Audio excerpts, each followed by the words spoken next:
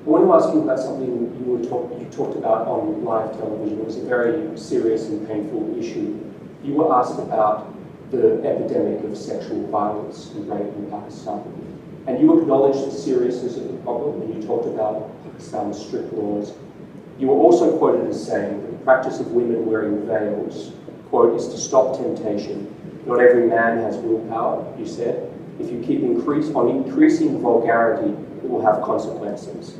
This created, as you know, a bit of an uproar, and you were accused of rape victim blaming. How do you respond to that? It is such nonsense. What was I saying? I said that the fastest crime, when I first came into power, I asked the heads of police, that what is, the crime figures. The crime that was rising the fastest was sex crime. Sex crime was not just rape, it was child abuse. Child abuse was really what really shocked me.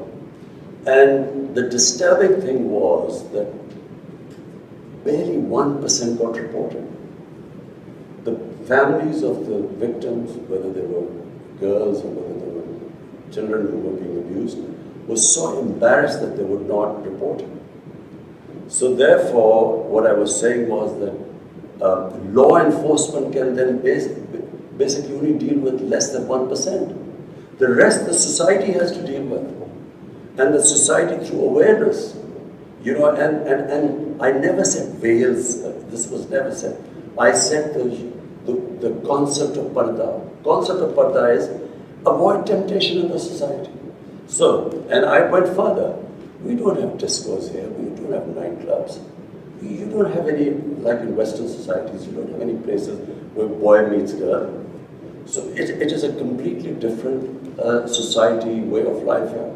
So if you raise temptation in the society to the point, and all these young guys have nowhere to go, it has consequences in the society which were reflected in the crime chart.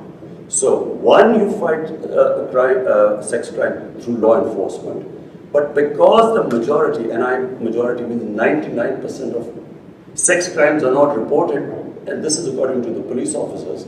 So therefore, the society, public, schools, awareness, teachers, media, everyone must join in, because that's how we will sort of raise awareness against sex crimes. So the concept of, I used clearly, I know exactly what I said.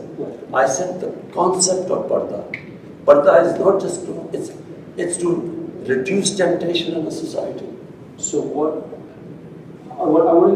this is what I'm trying to get, is the clarity, and I'm glad that you can explain this.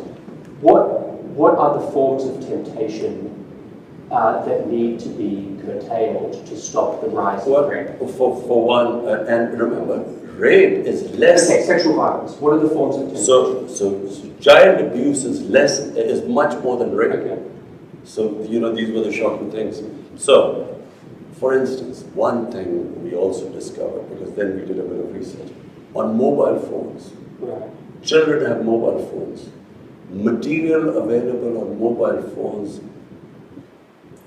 Children have never been, they've never seen such material in human history. It's never happened before. Children have never had this exposure before. So when I said the whole society has to fight, starting from, how do we deal with this? And by the way, we are now trying to find out how to control content on the social media. So that's one, but at the moment it's free for all. And then, television plays, they should be educating people, about the sort of things that children are exposed to. And so when you mean the society, you mean all the various ways, starting from schools, everywhere. The society must fight sex crimes. You also mentioned in that interview Bollywood and Hollywood. Do you believe that Bollywood and Hollywood films have contributed to this rise in sexual violence? Absolutely. When I can only compare when I went to England as an 18-year-old. There were adults-only films. The content on films was completely different, and then we saw it changing throughout. What was taboo maybe in early 70s was acceptable in late 70s. So when on films the content gets X-rated and these become acceptable, clearly it has an effect on the society. X-rated is sort of underground. I mean, you don't really believe the Hollywood films or mainstream Hollywood or Bollywood films are causing a rise in sex. No. You see, what kind of films? Let me tell you, Hollywood, the way it works in the subcontinent, from Hollywood it goes to Bollywood, which is in India, which has completely changed again. What was the Indian film industry in the 70s and the 80s, gradually in the 90s, and what it is now, is completely changed. So the content is completely different. And it has an impact on the society. If anyone is telling me that this does not have an impact, you can just read, you can just see the divorce rates, you can see the sex crime. It has an effect both in India and Pakistan. So we then take the content from India, our Urdu films take it. And so basically what I was saying was that there must be an alternative. You must show an alternative, our own way of life. There is another way of life. Because modernity is not just permissiveness. It's not modernity. You know, if we are thinking that, you know, if you just have more and more permissive content on television or on films, this is modern. It's not modern. I mean, again, like, I watch a lot of Hollywood films. I don't see anything that would inspire me to commit acts of sex. But Jonathan, you live in a Western society. I know. You know, so you've grown up there. I'm talking about the impact it has on our society. We have seen the change here. You know, there's a massive change taking place. And every society must analyze itself. They must work out what are the impact it is having on different segments, and then take steps. Do you think that what women wear has any effect? That's part of this temptation? Well, you know, if a woman is wearing very few clothes, it will have an impact on the men, unless they're robots. I mean, it's common sense. Yes, but is it really going to provoke acts of sexual violence? It depends which society you live in. If in a society people haven't seen that sort of thing, it will have an impact on them. If you grow up in a society like you, maybe it won't on you. So, I'm not talking... Jonathan, you must understand, this is this problem we face. This cultural imperialism, whatever is in our culture, must be acceptable to everyone else. It's not. Every culture is different. And therefore, when you introduce things in a culture, it has different impact there. But forgive me, like, when you were a cricket star, you were seen in, as a playboy, you know, there were photos of you with your shirts off in your bedroom. Like, it's a bit rich. Jonathan, this is not about me.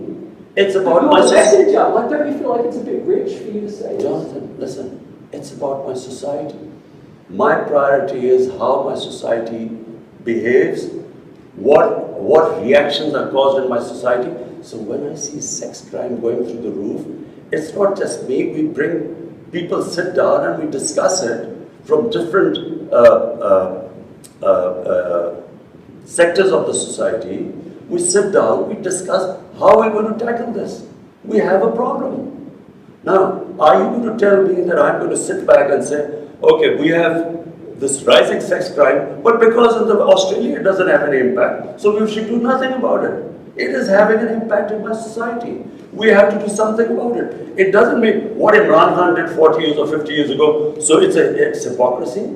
This is absolute lunacy what you're talking about. It's absolute nonsense. We have a responsibility. I, as a Prime Minister, have a responsibility. When a sex crime takes place, when a child is abused, he's traumatized for life. We have to do something about it.